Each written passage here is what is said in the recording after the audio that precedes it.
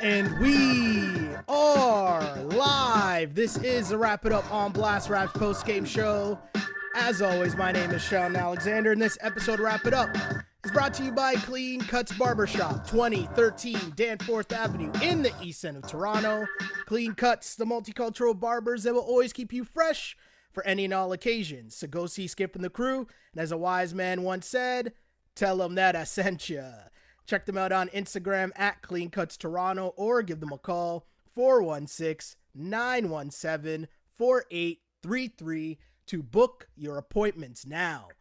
Raptors fans, Raptors fans, Raptors fans. I mean, that was a tough loss. Definitely a tough loss. My name is Sheldon Alexander, and I'm happy to be here with you. I'm happy to be here as a safe space for you, Raptors fans.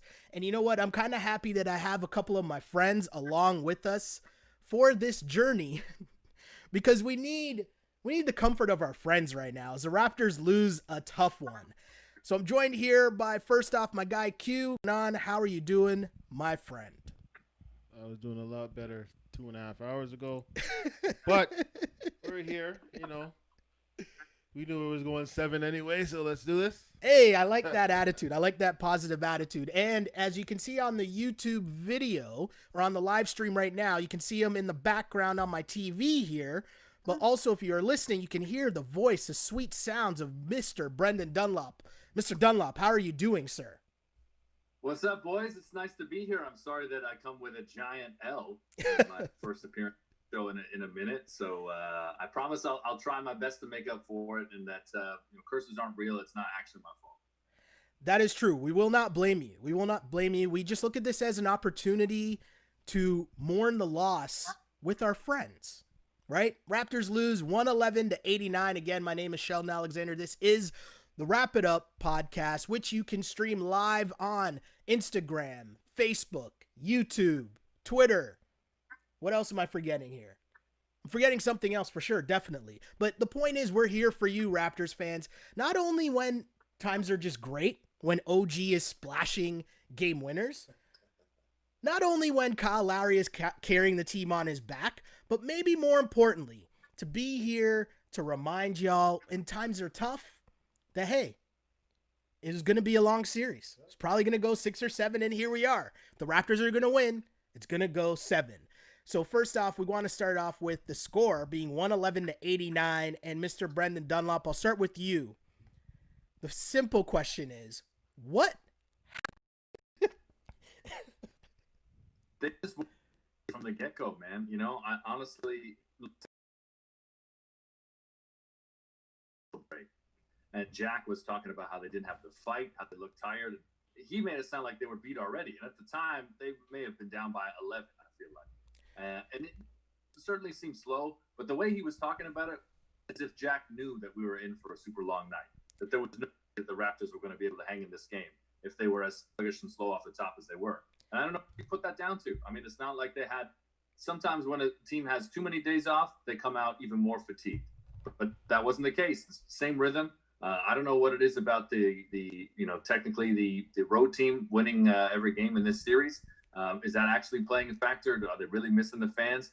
I think if they're playing at home, yeah, the Raptors are getting a boost. They're definitely not being down by 24 or whatever it was at the half and trailing by 27. Crazy stat that the first NBA champion to trail by 27 points in a game in the next postseason in the playoffs. So I don't know, man, how the Raptors they dug themselves a hole early, but it was brutal and they just couldn't get out of it. It was weird, and it did not look like a Raptor team. And Q, we've obviously sat here and watched a lot of Raptor games over the last 2 years. How often have we seen the Raptors get blown out? It's been maybe a handful of times, right? Like, this is not something we normally see from this team. I can't even tell you the last time, but I don't ever remember a game like this where it was we blew out ourselves.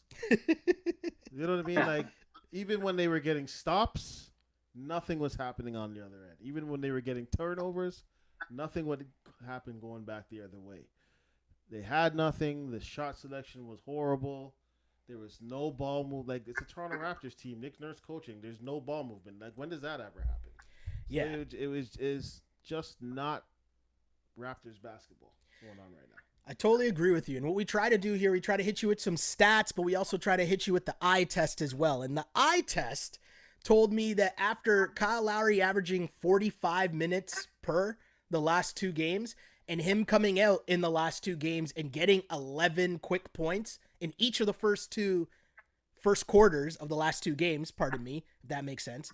Each of the last 2 first quarters, Kyle Lowry finished with 11 points. There we go, in English. This game, Kyle Lowry started the first quarter and he was 0 for 3 from the field, 2 points that were both on free throws. Were they just tired? Is it as simple as that? Like, is it, you know, sometimes we try to overanalyze things, but was Kyle Lowry and the Raptors, were they just tired, Dunlop? I think they're feeling it, man. You know, I mean, they've got their families there now. They've been there a long time. I'm not saying the families are a distraction, but they're certainly feeling the effects of having been there for months. And this is a totally different experience for any of these guys. The only comparable is international tournaments, and they don't last as long as the Raptors have been. So this type of bubble environment that they've got, it's going to have strange and unpredictable effects and impacts on the body. And something as simple as, you know, missing or having an extra hour of sleep can totally like throw a guy off. And you're not going to know that until you're dissecting the tape afterwards.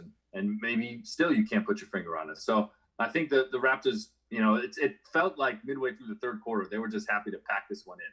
Although watching the fourth quarter, I couldn't help but wonder, would this have been different if Rondé Hollis-Jefferson had started this game? Because they were well out, but this man had the fire like they were coming back in this game.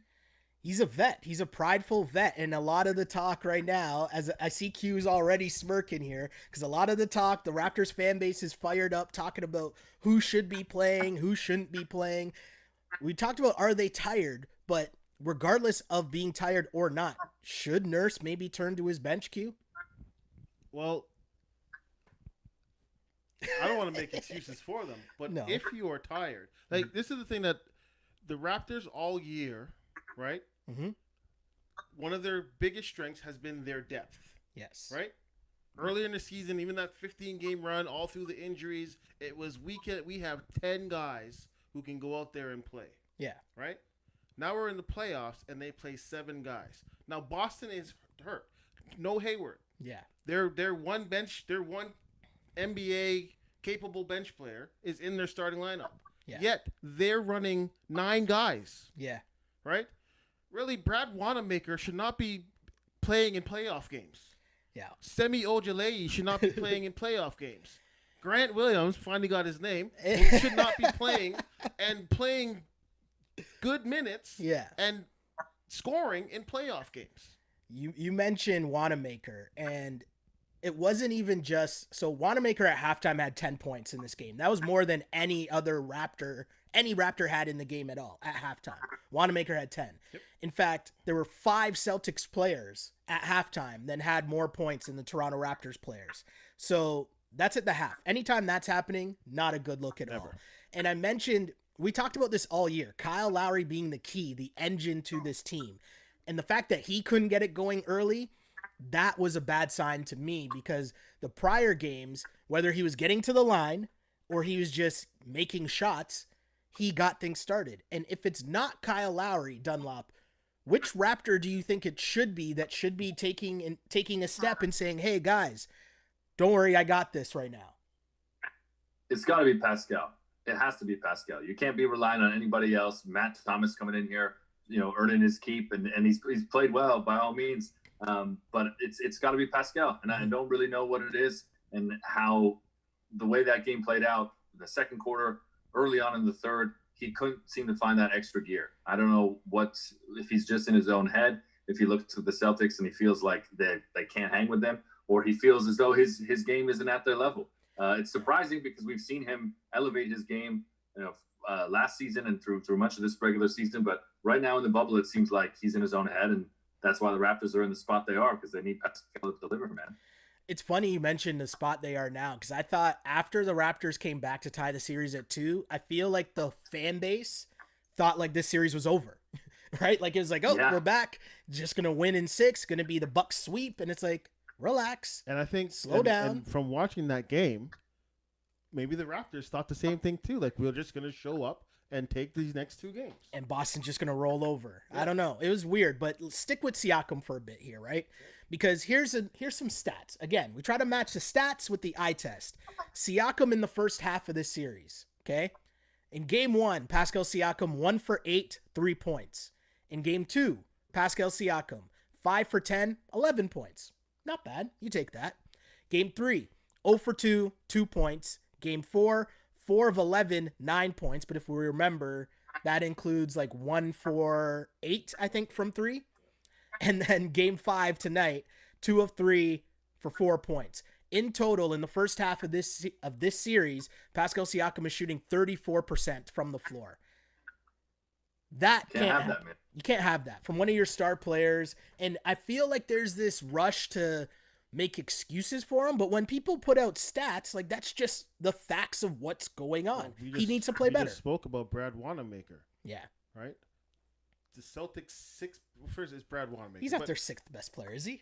He's their 6th man. He's right now. He's their 6th man. Okay, off the bench, right? Okay.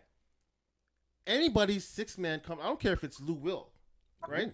He should not outscore your leading scorer. Yes. Right? That should not happen. Yeah. Right? We just said Brad Wanamaker had 10 points at the half. Yeah. Pascal had 3 shots at the half. Something's not right. Yeah. Okay. Right? Like anybody's 6th man come. I don't care if it's That's Lou me. Will. I'm sorry. Go on. Yeah. So that's just not basketball. That's not efficient basketball. It's not smart basketball. It's not playoff basketball. So something needs to change there. Yeah, Dunlop. I mean, in terms of Siakam's game, I thought one thing that was strange was normally we at least see good defense from Pascal. But one thing I noticed is they got him guarding Marcus Smart for the most part, which tells me you're trying to give him a bit of a rest. But the other part of it is I saw plays where Wanamaker was going by him. I saw Ojale going by him. If he's not giving it up even defensively, is it a call for, hey, maybe we do need to play him a little less minutes? Because people can't have it both ways. I think what's happening now, too, follow me here, is people are crushing Budenholzer for not playing Giannis enough minutes. But at the same time, we watch the Raps and we're like, oh, our star players look tired. Right? Yeah. It's kind of like, what's the way to go here? Is it clearly showing us that they need bench minutes? I think that's one thing you'll point to definitely from this game. The numbers are tough, right? All the numbers from this game, I think you do kind of break them down and talk about them today, but you got to throw them away and hope that you're not able to use these again in the future, be it in game 6 or next season, honestly, because I just feel like there was something in the Raptors' head tonight, and Pascal's a great example, I think. Early on, it was I can't remember if it was Jack or Leo, but I'm pretty sure it was at halftime where they highlighted defensively what Pascal was doing wrong and how he was actually being so aggressive. He was closing the space and in turn opening the lane for Smart, and I think there was 1 or 2 times it was Tatum, to just go by him, as opposed to allow that space to force him to pass the ball, to play him zonally. And he wasn't doing that. So I think that comes from him wanting to contribute more, knowing that he's not up to his level. But in turn, it just led to more mistakes. And the thing, too, we also know the Raptors are a team that is prepared defensively, right? So we know there's a game plan. So when you're seeing blow-bys like that, that's just, I don't know if guys aren't ready. I don't know if, like, it just doesn't seem Raptor-like. So I think it's like Brendan was saying, I think it's him trying to overcompensate for the fact that offensively his game's just not there right now. Yeah. So maybe he's trying a little extra hard on defense and, like you said, closing when he should be letting Marcus Smart shoot that shot, or maybe after game 2 when Marcus Smart hit those 5 shots. Yeah, game 2. You're thinking we can't let him do it again. I don't know what's in their head. It's just we're not seeing Raptors basketball right now. Right? So, like, you're going to make shots, you're going to miss shots, fine. Right? That's fine. But this all round, we're not seeing what we've known as Raptors basketball over the course of this season. So here's the thing I'm going to say, right? Because I've been worried about this series from the get-go, and throughout, even through it being 2-2, I was still worried just because the way that the Raptors continue to play in terms of living and dying by the 3 ball, which if you think about it, the OG 3 is the epitome of that because they literally lived and died by that 0.5 crazy shot. But for them to come out in this game and shoot 20%, right? In what? So they started off the first quarter, 4 of 20 from 3, 1 of 9 from 3, 4 of 20 from the floor, right? OG was the only Raptors starter to have a field goal in the first quarter. Unacceptable. We would all agree with that, right? They shoot 20% in the first quarter, second worst first quarter shooting performance in franchise postseason history because they shot 15% in their first ever playoff game against the Knicks. That is like, when you think of that, you're kind of just like, wait, what team are we watching? This was just 2 days ago, and now it's like they got to be tired. So should the game plan have been to mix in the bench? It's the only thing I can think of because Freddie wasn't looking good early, even when you get all the way to the half, and Boston was shooting 55% from the floor, meaning they're getting anything they want. 62-35 was the score. Raptors shoot 30% in the first half. Fast break points, Boston led 26-14. Fast break points, Boston led 13-3. Points in the paint was 26-14 for Boston. In every facet of the game, they won. So Dunlop, can I ask you something, man? Is there a positive that you can take from this game at all? You know what?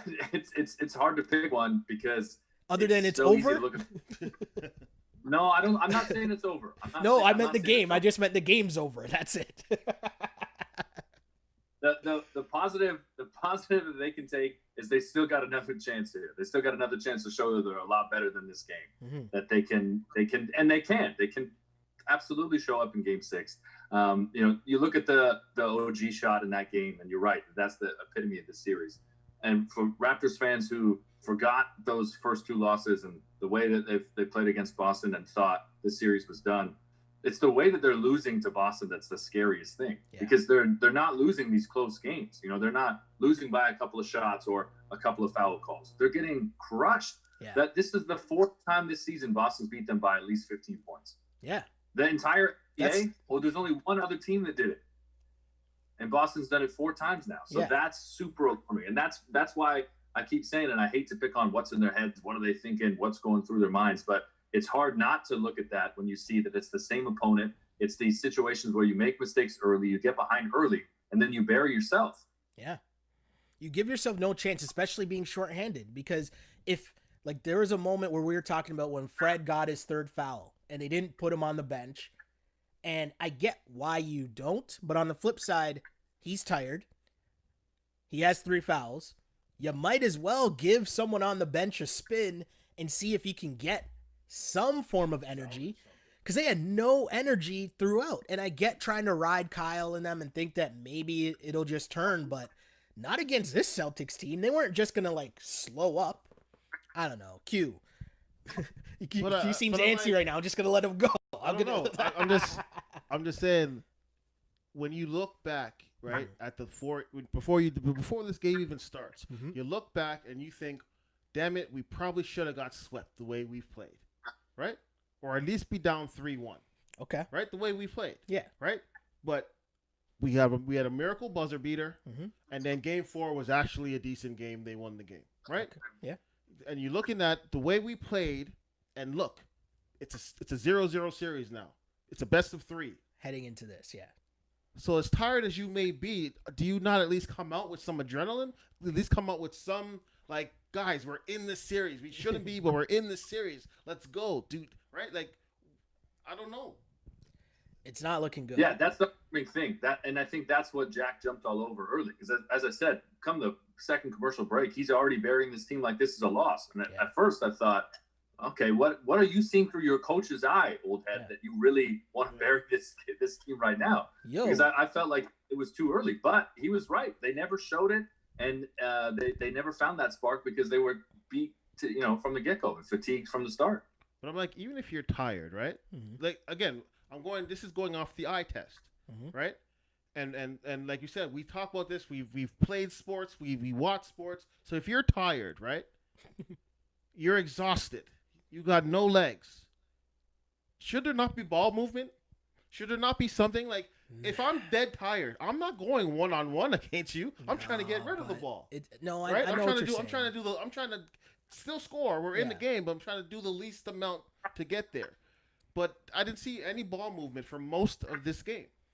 Yeah, and I mean, really, the second half was a wash, right? Yeah. Like, the game was over at halftime pretty much, and you look at this game and you just think the Raps just didn't have it, and you hope that they can chuck it aside and bounce back, and you hope they can bounce back kind of like how mans like Jaylen Brown did, who had a horrible game 4, came out in this game, took the first 3 of the game, hit it, and then went on to finish with 27 points, 10 of 18 shooting, 3 of 7 from 3, but he was just aggressive. He was all over the place. He had a huge dunk on OG early where he was just screaming like he wanted to get OG back for wetting that shot on his head. Yeah. But Jaylen Brown, Dunlop, for him to have a bounce back game like that, how big was that for Boston? He's a player that I would be very afraid of. And you also tell he showed a lot of emotion with that dunk, but he also, I thought for most of the game, just was so focused, just laser focused. And the look in his eye was, we got to get out of here and crush you. You're gonna have no chance. You can cut the lead to 18, and we're still gonna beat you by 20 plus. That was the look he had in his eye. I felt like the entire game. Someone who really had a point to prove and didn't just want to win, wanted to crush the Raptors.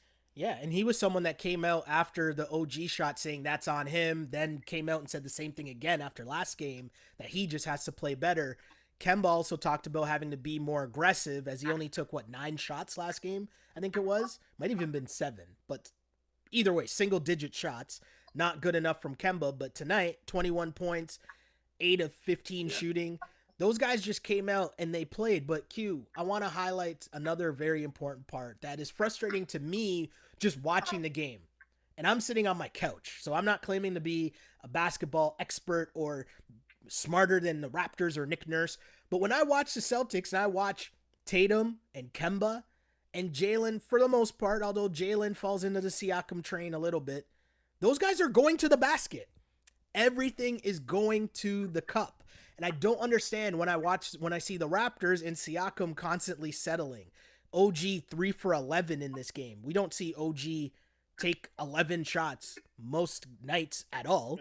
But do you know what I mean? Kyle and Fred struggling at the rim. Like, there's no shot blocking on Boston. I don't get it. I sit and watch the Celtics consistently go to the cup. Can the Raptors do the same, or is it a personnel thing and they can't? Well, it's not that they can't. I'm asking the question. Because Kyle, who's the second smallest guy on the floor, did it for 2 straight games, going to the cup, challenging Theis or whoever they put in there, right? Yeah.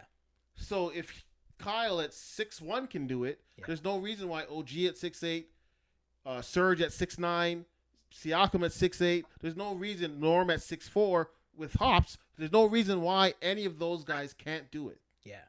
Right? So they need to limit themselves. They didn't even play. Like, their one shot blocker is Robert Williams, and he barely played this game. Yeah, he barely played. Right? He was probably one of their most effective guys in the first 2 games. I don't know why he's not in there now, but maybe, because I remember he did leave 1 game hurt, so maybe he's still feeling that. But I don't understand why he didn't get more minutes this game. Not that they needed it, but he's their one shot blocker. Yeah. Right? So if he's in the game, I understand maybe double clutching or whatever. But Theis is not a shot blocker. He can't get off the ground. So there's no reason why you should not be challenging that guy. Yeah. Right? There's even times when Boston went small where Tatum's now their biggest guy, and they still weren't trying to get to the cup. The Raptors did try to go. Sorry, Dunlop. Go on. I was just gonna say there was a couple times in the third quarter where it felt like just get to the hole, just get the bucket, and they were rushing the 3, rushing the shot. There was one quick break. I think Freddie, who ran it down in the corner, and he pulled up and he just shot straight away. There was nobody in front of him, but there was 4 Celtics shirts descending on the paint. Like, you weren't going to come down with that rebound if that didn't drop. And they seemed like, they were always chasing, but they were always panicked. I think that there's really good teams, and we've seen this from the Raptors. Even though the scores you can still find a way to play with composure. And they weren't not able to do that tonight at all. Yeah, I mean that's that. I remember that string. They scored. They got a stop. Right. They threw it all ahead to Fred, and he rushed the 3-point shot. Yeah. Right. They missed, right? They came back down. I think they got another stop. And this is the play that I was telling you that I think you missed the play when we were watching it, where they came back down again, swung the ball 3 times, and I think Kyle was double teamed. He had the ball. He passed it to Fred. Fred over to Norm, and Serge wide open, nobody guarding him under the basket, right? Because Kyle was still got the double team. Theis didn't retreat yet, and he had his hands up calling for the ball, and Norm shot a contested 3. Yeah. Like, if you're trying to get back into the game, especially when you get a stop, you need a bucket on the other end. For sure. And it didn't happen. They got 2 straight stops and came away with 0 points off turnovers. You're not going to come back in a game like that. It was too tough for them to come back. And I just think the way that the Raptors playing their starters like that, it was going to take way too much of energy to get back into the game to then be able to get over the hump. And you saw that. They couldn't even really get it to 12. Yeah. They got it to what, like 15, I think might have been the closest at one point. But it was just an ugly game for sure for the Raptors. And I'm going to get to some comments, though, here. And we're going to take some questions as we do normally live on Instagram, Twitter, Facebook, and YouTube, of course. And the shouts, one thing to the people on the Instagram stream. We got the stream up here, but if you want to get an actual like full normal view with the proper audio and all that fun stuff, go to the link in bio on Instagram. That will take you to the YouTube stream. Same thing. You can still comment and join us in the conversation there as well. But let's start here on YouTube. Eric says, Nick Nurse lives and dies with his core 7. Well, they're getting massacred by the Celtics. No chance and no fighting spirit whatsoever. I mean, it was tough. This was a very ugly game early on. And Dunlop, you made the point earlier about Jack, and we noticed that too. I was kind of like, yo, Jack sounds sad mad early, right? Because you can tell when they get into that vibe where it's like, oh no, we're going to have to fill like mad quarters just talking about the keg or whatever, right? But they had no energy, and I was stunned by that. And I was stunned that it took that long to say, hey, because I think at the start of the second quarter, they gave Boucher and Matt Thomas some minutes, right? Yeah. Early on.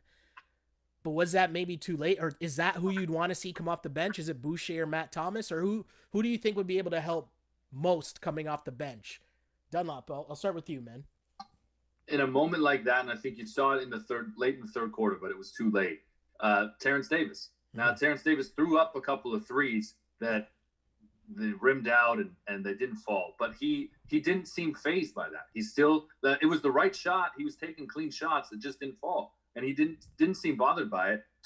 That's the rhythm. It's going to drop. It's going to drop. And I feel like the Raptors didn't have that faith that it ever would. Mm-hmm. So they were constantly tinkering, constantly moving about. And yeah, I don't think Matt Thomas is the guy. I mean, he played well too. And he sank a few threes early on. I think surprised a lot of people maybe, but I think Terrence Davis has got to play more in this series. Terrence Davis is a guy all season that just seems like he's up for this fight against the Celtics. That if he's playing a bigger role in these games, I don't know if they're losing 4 times by 15 plus to Boston. Terrence Davis deserves some minutes, and I'm just surprised and disappointed that he's not getting them right now. I also just think, the style of play, right? Like he's kind of a grinder. He can get it in the paint and get his own shot, whether it's going to the basket or on the perimeter, but also just another ball handler that might be able to give a bit of a rest to Kyle and Fred. Like it's just a thing where you're right. There's been different moments throughout the season where he just provided that spark from the guard position. And I think when Kyle and Fred are playing such heavy minutes, why not give the Rook a twirl? Why not give him a shot? Q, what do you think? Is it Terrence or is there someone else you'd like to see get more minutes? So I got 2 names. I bet I know one of them. Oh, damn sure you're going to know one of them. But like I said, they're tired. They came out with no energy in the game. Who are our 2 big energy guys? Right? Rondé and Boucher. Now, Rondé, I thought, for the first 4 games, I thought was hurt.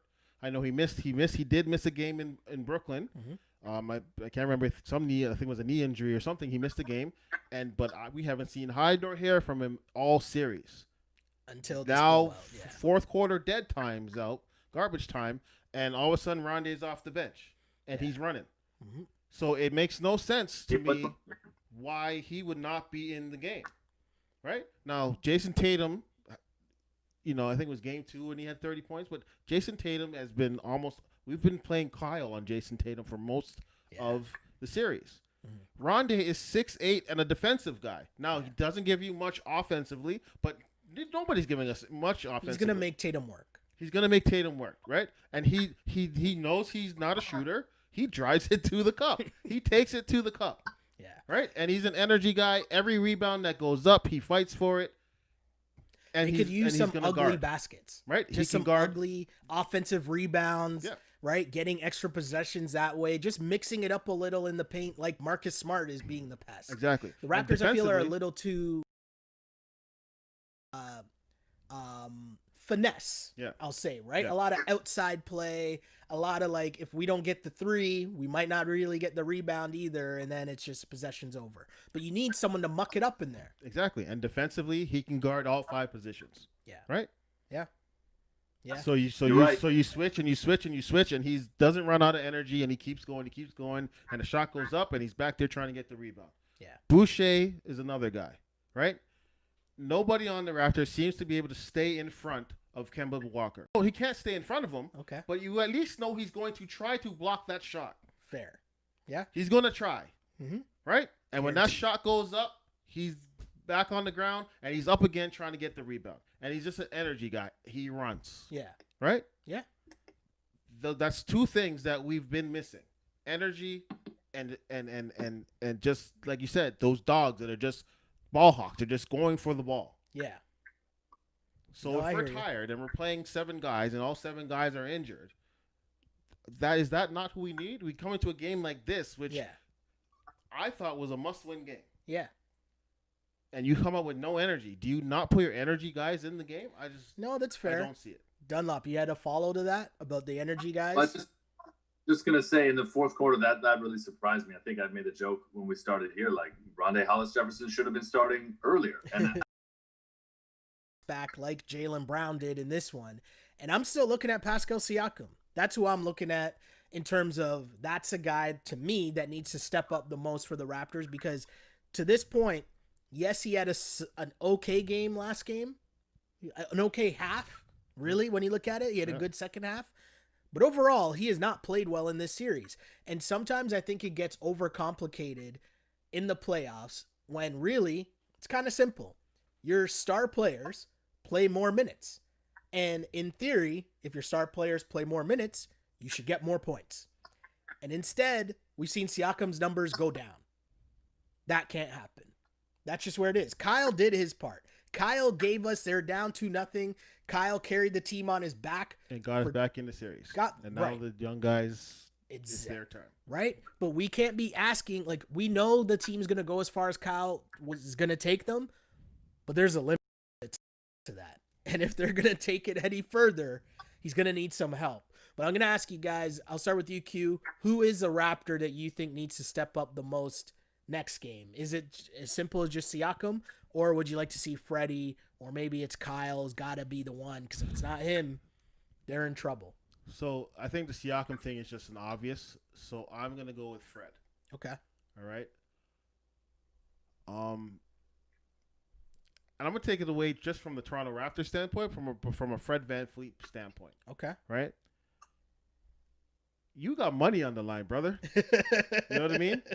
Whether you're trying to come back and play for Toronto, or whether you're trying to go somewhere else and be somebody's starting point guard, you gotta show that you can run an offense. Yeah. And right now, I think because his shot is not falling at the clip he's used to, he's trying to just shoot himself back into it. Yeah. But taking 30-footers is not really gonna work. No. It's not. It hasn't been working, right? So I think he needs to show for his own pocketbook that he can run an offense and lead a team. Like a scramble all around. Boston was just trying to set up, and he just threw up a prayer in a crowd instead of taking the time. And he just seemed flustered. And I think the whole team was. And that's why you just got to put this game behind you. But I'll put it on Pascal, because I really think that if Pascal's playing 85% of what we expect, we're not talking about Terrence Davis. Oh, is the feed still there? I don't know if Dunlop's still there. We'll try to get him back. He's frozen on our screen right now. But as Dunlop was just saying, though, I'll try to get him back. And in the meantime, between time, I'll try to get Dunlop back. But I think it's true. Oh, I hear him. I think I hear him. Oh, I'm back. I hear you. There you I just are. went on a big. Did you not catch any of my rant? Nope. I heard you say Terrence Davis. That was, I think, the last thing I heard you say. All right, I'll make it quick. I'll wrap it up quick. I'll put it on I see what you did there. I'll put it on Pascal, man. If he's playing 85% his level, we're not talking about Rondé. We're not talking about Terrence Davis. We're not talking about Matt Thomas. Mm-hmm. Pascal needs to bring that, and that'll bring the Raptors back into the series. Yeah. No, I totally agree. I just think it's a thing where your star players have to be your best players, and Kyle Lowry's done it for 2 games. And I was saying this to Q. At this stage, I was saying this to Q during the game. At this stage of Kyle Lowry's career, if you're talking about a 7-game series, you can expect Kyle to have 3 really good games, another game where he's just like, okay, that was cool. But asking for more than that from Kyle at this stage of his career is a lot to ask. And if you're saying back-to-back games of 45 plus minutes, that's a lot. But you gotta remember, in the bubble, like it's every other night, exactly. Right? Like it's not, if it was regular basketball, it'd be 2 games between home games and 3 between travel time. So, yes, they're not on a plane, but jet lag wears off. But playing a back-to-back games every other day for 2 months, that's a lot to ask. Definitely is. I'm just going to wrap up with some comments here on my peeps, from my peeps on Instagram, though. And as I scroll through, Gozy says, we got to flush this one. DVAD says, well, move on and bring it on Wednesday. K2's Garnett, this game was a joke. Glow Girl Smile says, we were flat. It's a must-win game game 6 or go home. Win or go home. Remember those teams? I haven't seen those in a while. I saw a comment from my guy AB that just said, yo, Q looks cheesed. Trying to make my rightfully so, man. My triumphant return to the show after a few weeks, and look what I got to talk about. I hear you, man. I hear you. Prince says, I blame the loss on the refs and Nick Nurse. There's no reason Marc Gasol should be on the floor for that long. Here's the thing, and I know I've always been the Marc Gasol defender, so I might as well go down continuing to be the Marc Gasol defender. He's not the reason the Raptors are losing. He only played 14 minutes. But the other part is, right, for sure. The other part is, when you're talking about a lack of ball movement, what's the one thing that Marc Gasol does do for your team? Yeah, ball movement. And honestly, there's when he was in the game, he at the top. Yeah. Yes, if nobody is moving, he's not going to be effective offensively. Yeah. No, totally agree. I just think it's one of those things too where if you're Marc Gasol, he can't, he's not the deciding factor in the game. Serge played all right, but also what Marc Gasol does on defense, can't be mad at that. He does enough on defense still where he's a big body, he clogs up the lane. So I'm not going to be blaming Marc Gasol again when Pascal Siakam can't even get to 20 points. In what? 4 out of the 5 games, he hasn't gotten to 20 points. Yep. That can't happen, and I'm not blaming Marc Gasol for that. And it's not like Celtics have played Pascal out of this series. He's played himself out, man. Yeah. When he's just settling for the threes, that's the biggest disappointment. And especially when you see you go to the basket, success. Yeah. You step out and shoot threes, not success. So, it's, I don't know. But the thing is, Pascal has allowed Boston to be able to play Grant Williams, Semi Ojeleye. Yeah. Semi Ojeleye. Sorry. Put some respect on Semi Ojeleye's name. I might have to after this series, right? But when those guys come in the game and they're guarding a Pascal Siakam, you make them pay. They should have to pay for that. Yeah. Right? No, I totally agree with you. I totally agree. I'm going to keep going here on some comments. Instagram, Alex says, 2 blowout losses in the last 5 games. Starting the first quarter with only 9 points is unacceptable. Got to play faster and have more energy. Awful performance. It's pretty good. I mean, you ain't told no lies there, Alex. There's definitely no lies there. Shouts to you guys. Really appreciate all the comments. There's so many comments. Abir also says, shout out to Dunlop, by the way. Just passing along that message from the IG comments. So much going on, though. K2's Garnett says only positive is that Freddie won't get a max contract. We could give him 20 mil. I don't know if I want to give Freddie 20 mil. 20 mil's a lot. 20 mil is a lot. But anyways, we got time to talk about that. Hold on. Not today's NBA. Lots of dudes making 20 mil that wouldn't have got it 10 years ago, 5 years ago, 3 years ago. Yeah. True. Very true. You bring up good points. My dude. But yes, Mr. Dunlop, really appreciate you coming through with us here on the Wrap It Up podcast. Where can the people hit you up on the social medias if they want to get at you and get some of your whole grain content? I want to say one thing that's happened is the content on whether it's TikTok, whether it's IG. Hey man, it's been nice. It's been nice. But where can the people find some of the whole grain goodness that you're cooking with, Dunlop? Yeah, if you want soccer references and random country music songs on TikToks, I'm your guy. Okay, I didn't think that would ever happen before a pandemic, but this is what's happened now.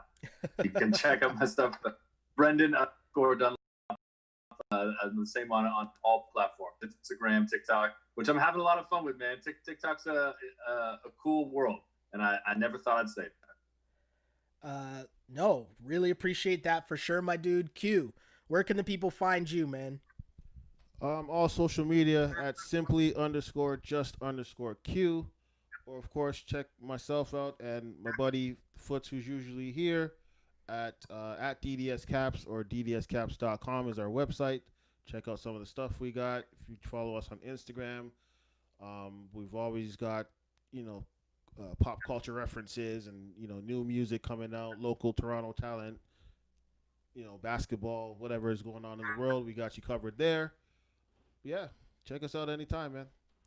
Lots going on for sure. And of course, my name is Sheldon Alexander. Really appreciate you guys tuning into the Wrap It Up podcast, your only live and interactive Toronto Raptors post-game show. And you know what? It's okay. I'm going to end with this message, Raptors fans.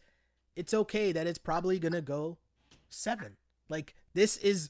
If you started out at the start of the series and you said Raptors versus Celtics, you're probably going to have to win in 7 games, how many of us would be surprised? So now here it is. You just got to win 2 games. Am I saying that I think that is going to happen? I don't know. But I sat in this same spot after OG hit that shot and said, I was done trying to pretend like I knew what was going to happen next. Because after that shot went in, anything was possible. So, hey, it's been a great ride so far. This series, the Raptors showed some fight. They came out, other than in this game, they showed some fight. So you just want to see them come out and show a lot more focus and just a better gameplay in Game 6. But the series isn't over, right?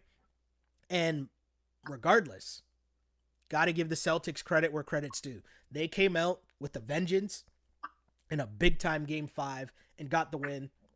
Hopefully the Raptors can answer next game coming out on Wednesday, which is crazy. But guys, I really want to thank you guys for tuning in, and huge shouts to the people that were watching and commenting. Shouts to all the YouTube people. I see all your comments. You guys having your own conversation in there. Really appreciate it. Same for the Instagram people. Again, don't forget to tune in live to this podcast right after each and every Toronto Raptors game, whether you are live on Twitter, Instagram, Facebook, or on YouTube. We take your comments and questions live, and if you miss it live, we got you covered on iTunes, Spotify, SoundCloud, Google Play, wherever you get your podcasts. Like and subscribe. Support the movement that is the Wrap It Up podcast. And remember, if you're reading this, we still champs. It's still factual. Just saying. Again, my name is Sheldon Alexander, and as I always say, I used to pray for times like this to rhyme like this. This is the Wrap It Up on Blast Raps post-game show. As always, unpolished and unapologetic. Until next time, see ya.